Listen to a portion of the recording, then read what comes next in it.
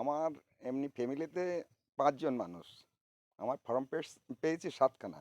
আচ্ছা। ২ জন ২টো ফর্ম ওটা কোথা থেকে এসছে জানি না। যেটা আমার না, আমার ছেলে না।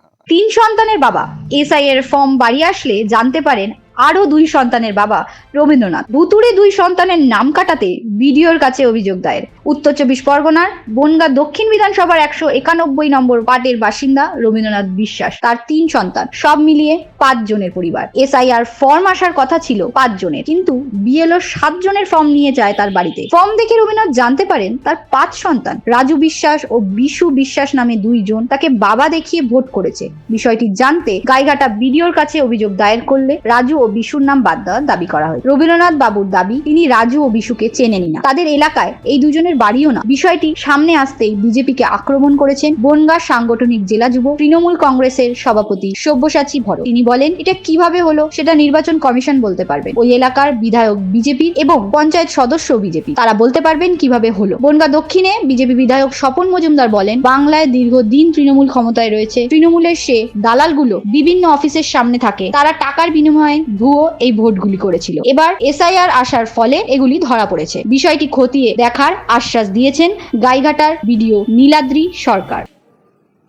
যদি অভিযোগ এরকম পড়ে থাকে সেই অভিযোগটি এনকোয়ারি করে দেখা হবে। আর ডেটা এন্ট্রি মানে আমাদের ডিজিটাইজেশনের কাজ চলছে, সেখানেও দেখতে হবে কারা কি এন্ট্রি করেছে। যে তথ্য দিয়েছে সেই তথ্য যদি ভুল দিয়ে থাকে সেটা বাদ দিয়ে আবার নতুন করে দেখে নেওয়া হবে। সেটা কি বলবেন সকল?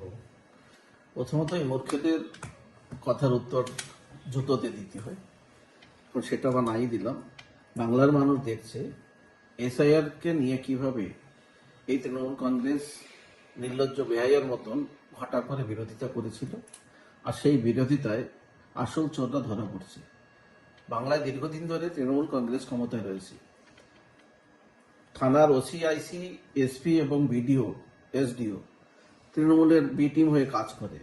তাদের মাধ্যম দিয়ে এবং তৃণমূল কংগ্রেসের সব দালালগুলো, ফোড়েগুলো যারা এই বিডিওতে, পঞ্চায়েতে বসে থাকে, তারা বিভিন্ন সময়ে ডুপ্লিকেট মা বাবা সাজিয়ে এই ভোটগুলো করেছিল মানুষের অজান্তে। এবার এসআইআরে সেগুলো ধরা পড়ছে এবং দোষ অন্যর ঘাড়ে চাপানোর চেষ্টা করছে।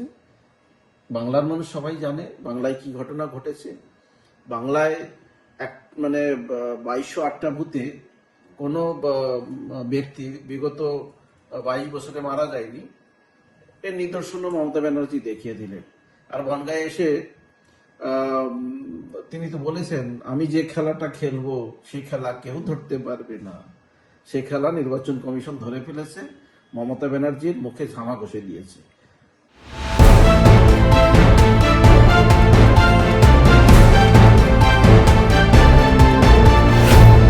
Bureau report, bengaltv.in।